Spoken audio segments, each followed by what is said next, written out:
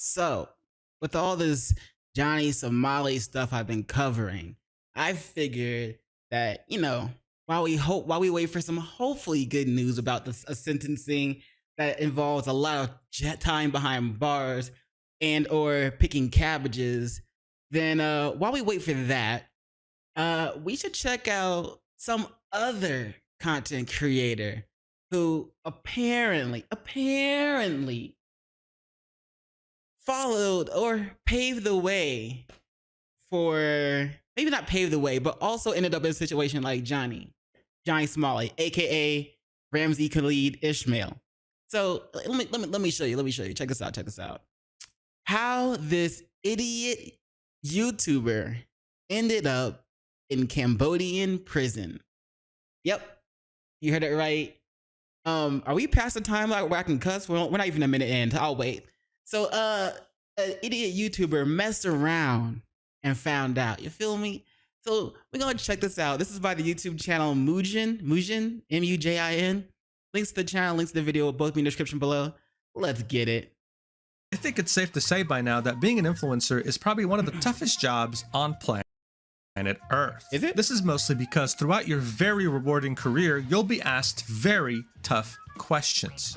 Should I do pull-ups on a holy site in Japan? Oh my. God, I just can't imagine the struggle of her having to answer that question before. Bro, what the why are you so stupid? Why are people so stupid? Like, holy shit. Oh my God. At least Johnny didn't do this. Or posting it to her dumbass Instagram followers. But that's not even the toughest one. Should I go to Japan, known to be a country full of hospitality and kindness, order food? Japan investigates foreign YouTubers accused of dodging train fares and stealing food. Hey, yo, man, foreign content creators are gonna start making Japan want to close its borders again. You know what I'm saying?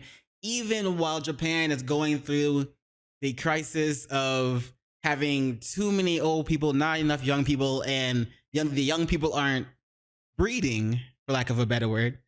They aren't fucking.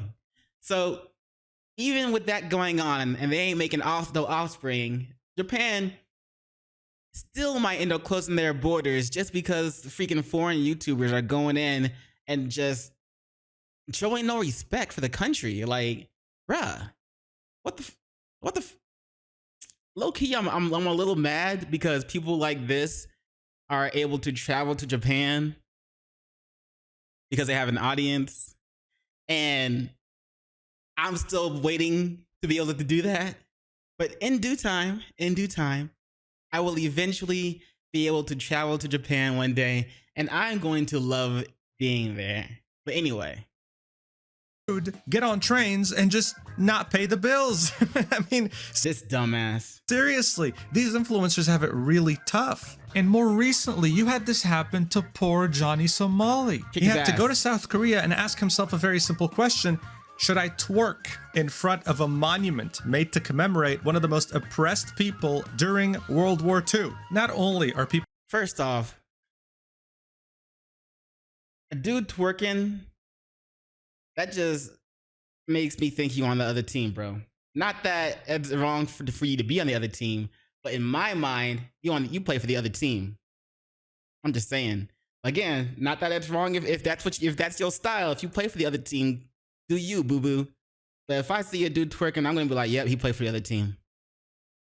People getting so tired of these dumbass influencers and their antics, but they're also very tired of countries not taking those things seriously. Johnny, for example, committed crimes in Japan, but never faced any jail time. He only got banned from the country, disappointing many people. But by the way, I did not click this video knowing that he was going to talk about Ramsey Khalid Ishmael, but I'm not surprised.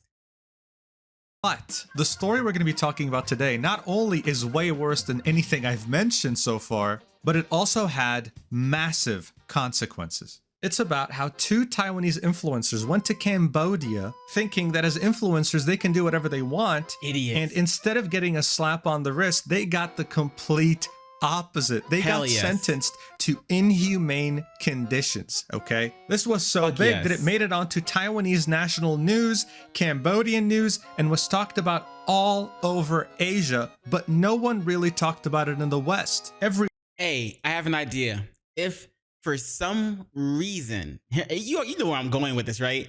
If for some reason Ramsey Khalid Ismail, aka Johnny Somali, isn't given a harsh enough sentence in Korea, and he has to leave Korea, or is able to leave Korea, his audience should tell him to go to Cambodia next. Oh yeah. Every article, every source of information I found was in Mandarin, okay, or Cambodian. But regardless, it was massive. So massive, in fact, that even the Prime Minister of Cambodia had something to say about it directly, releasing a statement talking about it. I have never seen something of this scale before. So let's talk about it. The main influencer at the center of this incident goes by the name of Goodnight Chicken, a 31-year-old. He looks like his favorite YouTuber is Jack Shittery. Taiwanese man. His content mostly revolves around him. Goodnight Chicken, a 31-year-old Taiwanese man.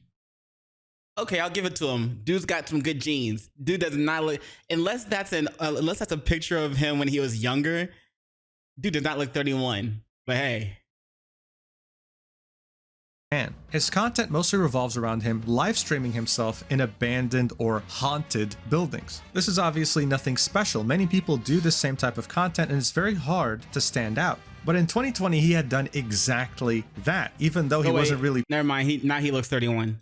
Planning on it. While live streaming himself in an abandoned hospital, he came across a corpse half hanging on the ceiling and ran away in fear. This actually ended up solving a missing persons case. The police got involved, the government got involved. It turned out that this person had been missing for a long time, and he had helped solve this case. All right, this was on national Taiwanese news. He was praised for it and was able to build a following from it. Congrats. This in turn allowed him to start earning more money and travel outside of Taiwan for content. Like, for example, here he's going to Malaysia, and he also— Okay. It seems to be that when people get money, see, money is not inherently evil, right? It's a tool. It's just energy. It's just a tool, and it gives you allows you to do more things.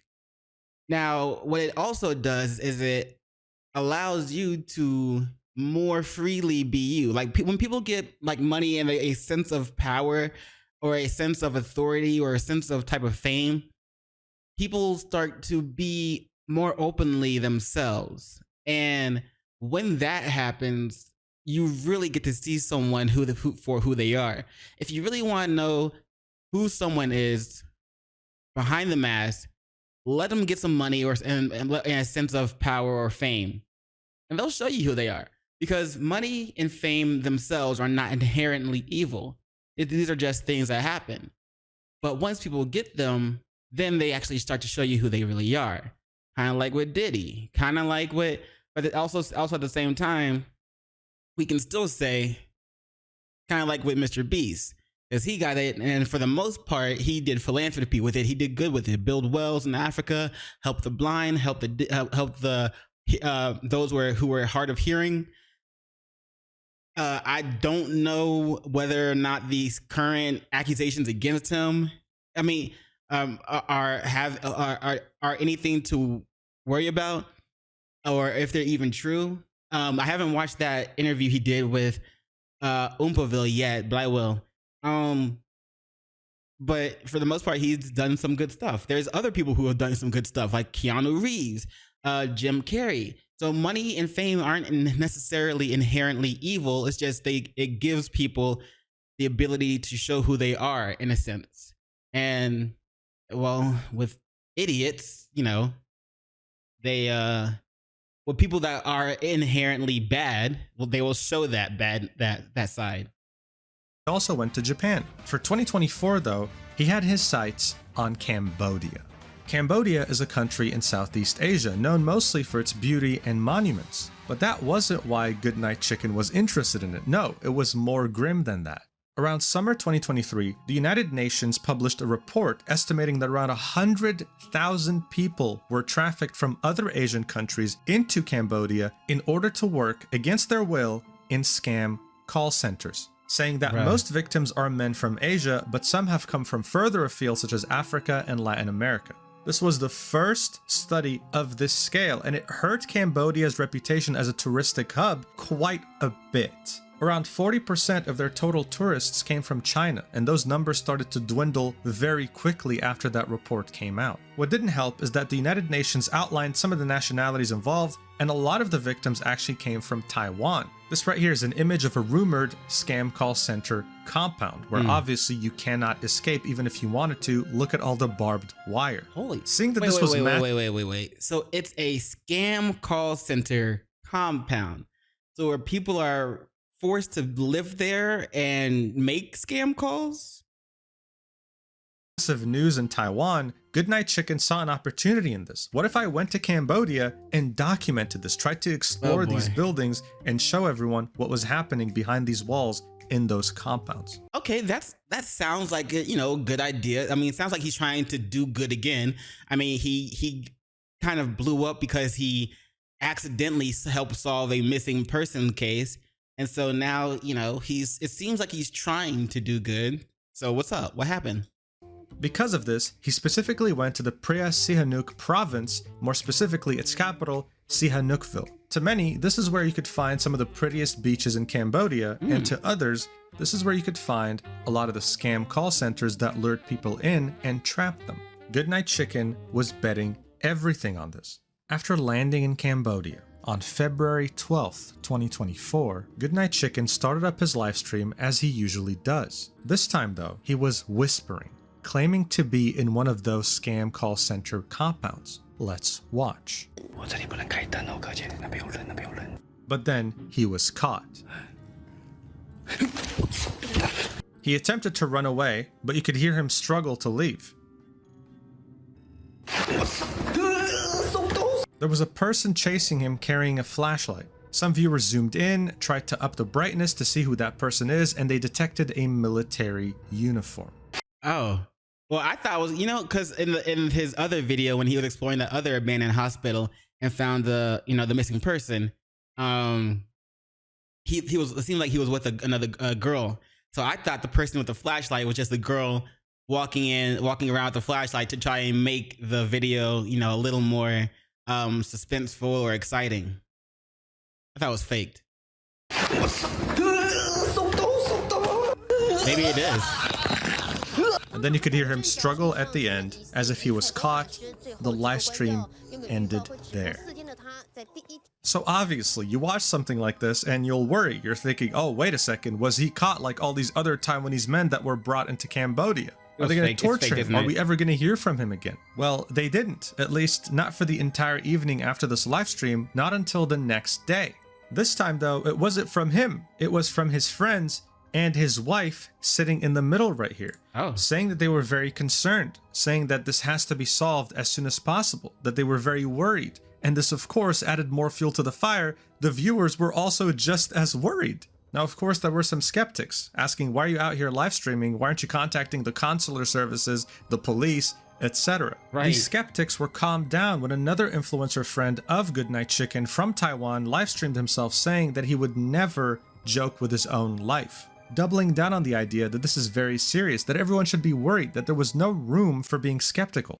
Things intensified even more when the governor of the province that Goodnight Chicken was in posted 4 images of him on Facebook saying, if you guys see a person that looks like this, please contact me immediately. Even the police and the government was now on this. I mean, they're already struggling with tourism. They have a high-profile Taiwanese influencer show up to their country, claim they're being kidnapped. Holy shit, man. Get everyone on this. This was a matter of national reputation now. Makes sense. But as you might have guessed, things got even more intense. The next day, a live stream just starts all of a sudden on Goodnight Chicken's channel, and it's him running. Watch. 拔腿狂奔，还不时回头看他是直播主晚安小鸡，到柬埔寨凯博园区直播，自称遭人袭击后被控制行动。他们拿电击棒，我身上所有钱都被他们拿走了， As you can see, his clothes are ripped, he showed bruises, his head is half shaven, and the things he claimed are so insane that we can't just skip over them. Here's what he said translated. He claimed that he was controlled by multiple gunmen throughout the night, was tortured with electric shock batons, and was robbed of $3,000 to $4,000 US. This was all while he had a record number of viewers. This all started out with some dude sneaking through a building that he shouldn't have been in, to now a national, governmental, and political issue on a global scale, alright? This wasn't just about some country's issues, alright? Taiwan was indirectly involved in this because, I mean, this is one of its high-profile citizens. Cambodia took this very, very seriously. But some of Goodnight Chicken's viewers weren't taking it as seriously anymore. The skeptics resurfaced, and this time they had proof. Liu Yu, otherwise known as XXXX Gay 1069 on Twitter. Gay? Nah, just kidding. Anyway. Great. Gay? Amazing name. Yeah. Managed to pinpoint exactly where Goodnight Chicken actually was. He concluded that his live stream of himself running was actually in this area right here, which is a very big deal because it was very far away from the rumored compound location and right next to a beautiful, peaceful, and calm resort town on the beach. Not really a place where you'd expect someone torturing you, shaving half your head, and shocking you. To some people, this was getting very fishy. But regardless, the Cambodian police was on their way, and they were using every resource available to find Goodnight Chicken as soon as possible. As you saw earlier, the governor of the province was involved. The police commissioner is now involved too. This was very, very serious. Yeah, it's that so he didn't do anything. He didn't purposely do anything evil. He ended up causing such a hysteria,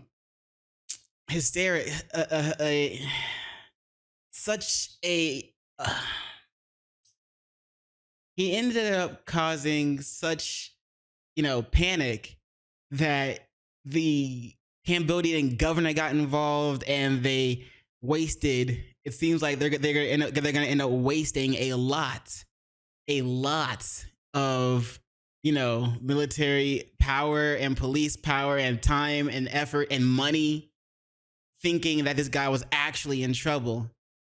But I'm guessing it's fake. Shortly afterwards, the police had done it. They had found Goodnight Chicken and his friend that went with him to Cambodia. But instead of the smiling faces that people were expecting, they were met with reality. The two influencers were handcuffed, and the police officers were pissed. What the hell is that? Hold up. What the hell is this thing over here on the left? If for those of you who are just listening in audio, it's like a mask with like red around the eyes, and like it's like a pale white mask with red around the eyes and around the mouth. It's like just covered in red, and like it's got like black hair. It looks like something out of a scary movie, a horror movie almost, or like a YouTube horror prank or something. I don't know. It's weird. Influencers were handcuffed, and the police also kind of creepy. It keeps staring at me, but I keep staring at it. Officers were pissed. Goodnight Chicken and his friend were caught red-handed, with the police commissioner pointing at all the props they had brought with them from Taiwan to stage this entire thing. The whole thing was fake. There was not a single real thing in all of uniform this. They had fake Cambodians' military uniforms. The person with the flashlight stopping him was his friend dressed in this uniform. They had a bunch of tools and makeup and even fake blood. And as you can see, this was the t-shirt that Goodnight Chicken was wearing when he was quote-unquote running away from the compound with his half-shaven head. Everything was fabricated, all in the hopes of getting views. The Khmer Times, a news publication from Cambodia, published this article saying, "Enough is enough, no mercy for foreigners who create fake content to tarnish Cambodia." Ooh, it was becoming more and more evident that these two influencers weren't just going to get a slap on the wrist. No, this was going to have very serious consequences. This new reality only started to really sink in when they were in handcuffs. This is why they proceeded to bow down an apology, because they realized, wait a second, we're actually screwed. You done fucked up. 省长，晚安小鸡陈仁川及吴祖显在这边向柬埔寨的省长跟你说声真的抱歉。非常对不起。គ្រប់អាដាមសម្បត្តិហេតុបានការសំទោសបាទ They're like, no, get up. I'm so sorry please give me a chance This is even funnier because of how ridiculous he looks with his shaved head. Like, this is a disaster. It took 3 shaved head. Like, the difference, you see the difference between him and like when Johnny Somali apologizes, you can tell, you can see it in his face that he doesn't mean it. He doesn't care. He's just saying it because they tell him to say it. And he just wants to say it because he thinks it's going to get him out of the trouble that he's in. But this guy, you could see it in his face. He actually means that shit, bro. He's like, oh shit, I fucked up. I'm sorry. But, and also like the difference is he was trying to stage something. He was being stupid. Johnny is going around and intentionally, you know what I'm saying, wanting to piss people off and doing anything he can to take it further than just pissing people off. Like I played it in one of my other videos but he actually says that he wants to start, you know, a race war. You know what I'm saying? He says that he hates Asians. He says that, you know, all this other stuff. Like, he means to cause harm. This guy, you could see he's actually sorry. He was just trying to do an innocent, like, faked video. Maybe not that innocent, but yeah, he wasted a lot of people's time, money, effort. The police could have been working on some other crimes that were going around in Cambodia, but he was a high-profile person from another country, and they wanted to make sure that he was okay, and so they put in work to do that. This is a disaster. It took 3 days, okay? 3 days to convict them and send them to jail. It was extremely quick. They were sentenced to 2 years in Cambodian jail, which is one of the worst jails you can go to. There were, of course, some concerns over the fact that they might have not gotten full due process, that there was no proper trial, no proper human rights. Shit. But I'll be honest with you, this was definitely the minority. The majority, including Taiwanese, were very happy that they were getting the punishment that they deserve for playing with their audience's emotions and tarnishing the entire image of a country already going through a very bad image problem. But regardless, some people were very concerned about this, that they even reached out to the Prime Minister of Cambodia, offering yet another detail of Goodnight Chicken's life, which of course made him only look worse. Cambodian Prime Minister Hun Manet spoke out about the crime committed by Taiwanese internet celebrity Goodnight Chicken. He said, "Someone called me the day before yesterday to help these 2 people, telling me that these 2 young people should be released because they still have a sick mother to take care of in Taiwan, but I denounced the statement on the phone. If their mother is sick, then they should take good care of their mother at home instead of going to other countries to ruin their reputation and cause trouble. Fair enough. So I say they should be sentenced more severely because they're unfilial sons." This kind of selfish behavior not only hurts Cambodia, but also discourages tourists from visiting Cambodia and causes people to lose their income. Hong Manet also warned any internet celebrities who want to come to Cambodia to make fake videos to gain internet popularity, "We will take strict actions just like the 2 people from Goodnight Chicken. They will serve 2 years in prison and be blacklisted, permanently banned from entering Cambodia." So the Prime Minister himself had something to say about this. And bro, they went in. They said, nah, that's even worse. He doubled down on it, telling anyone else who might have the same idea, if you come here and do the same thing, not only will you be permanently banned from visiting, but you will also be going to jail. So again, I just want to show you how the Taiwanese were reacting to this. On the post from the governor of the province involved, where he was asking, "Hey, anyone have information about this guy? Tell me immediately." The comments are, they're self-explanatory. "Please let him go to jail." Or, "As a Taiwanese, I am deeply sorry for the issues caused by this Taiwanese individual in Cambodia. I hope that he will face the most serious consequences for his actions. Please believe that the majority of Taiwanese people are well-mannered and differ from him." Damn, yeah, that's a good comment to leave. This shit, bro. So this is why, even though the conviction was extremely fast and might have broken some human rights, no one really had any sympathy or even pity for him. The Cambodians were furious that someone was harming their reputation for clout, and the Taiwanese were furious because not only did he play with their emotions, but he single-handedly harmed their reputation. Barely a month after Goodnight Chicken was arrested for inciting social unrest for 2 years with his friend, news came out from the Star saying that his time in jail is miserable. Apparently, the only way he can sleep is in an upright position. He can't even lay down. Why not? This is because he's in a cell with 150 different inmates, Holy shit. all crammed up together. According to the Cambodian League for the Promotion and Defense of Human Rights, they describe Cambodian prisons as severely overcrowded and having abysmal living conditions. People in prison have to routinely make informal payments for basic necessities like food, space to sleep, and family visits. And here's a drawing of how a cell looks like. An actual image would probably get me demonetized, so this drawing right here kind of shows you how there's barely any space. Damn. This is why you don't want to end up in a Cambodian prison cell. Hold on, you already know. I gotta go and see if I can find an image of Cambodia prison, like of a Cambodian prison cell.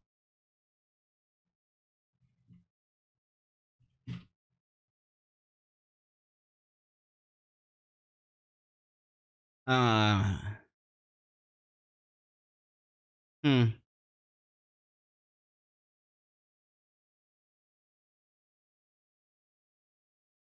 Well, this one doesn't. It's not packed, but I guess this is what it's like. And they just put like a bunch of people all in there with one iron bed frame.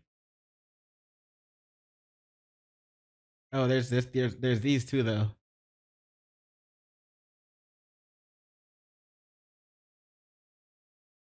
Hmm.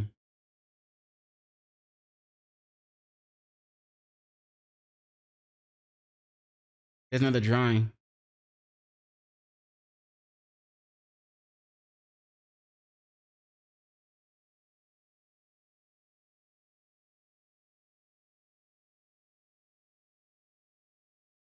Oh. Hmm. That's how they shower? Damn.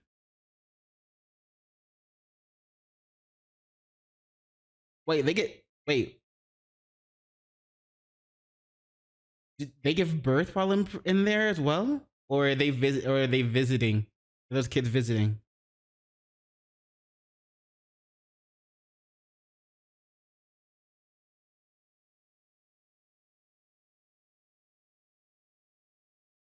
Hmm.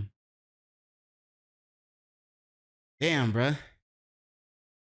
You ask any Taiwanese person and they'll probably know exactly what you're talking about when you mention Goodnight Chicken. This incident was just that big on a national level. It prompted many conversations about how far influencers will go, with people asking themselves, why do we even bother accommodating such disrespectful people who only do these things for views? People doing and anything for today, clout. the world is asking itself the same question. Why do we continue to accommodate these people? Why did Japan not go the whole way like Cambodia did and jail this idiot for multiple years? Why opposite? shit. They got Oops. know exactly. Did Japan not go the whole Well, would we really want Japan to have to waste their Japanese tax dollars or tax yen on Johnny 2x4? Like, no, I wouldn't want them to waste their tax dollars, but at the same time, I wouldn't want them to just let them go. You know, like I've said this plenty of times before. Just put him in solitary with no food, no water for a year, and if he survives, let him out. But if he's dead, then problem solved. way like Cambodia did and jail this idiot for multiple years? Why did Israel not do the same thing too? Because by the way, Johnny Somali also got arrested there after Japan and now he's in South Korea. Is it purely because of his American passport, or are countries simply not equipped to deal with such things? Who knows? I personally hope he gets jailed for multiple years, and in the case of Goodnight Chicken, I hope it serves as a reminder to all these influencers that they are not immune to the law just because they have some followers on Instagram. They end up making all foreigners look bad, and I personally don't want to be grouped up in the same group as someone who uses a holy site in Japan to do pull-ups. Anyway, we'll see what happens. Thank you so much for watching this video till the end. I appreciate that so much. I'll see you in the next video whenever that is, and yeah, love you. Mwah. That was a good video. But yeah,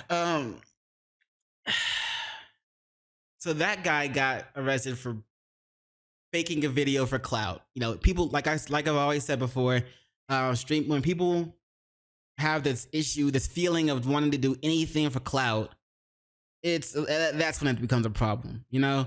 And this guy don't want to do anything for clout. He just chose he chose the wrong target in the wrong location, and they said, "Well, you fucked around, and now you're gonna find out."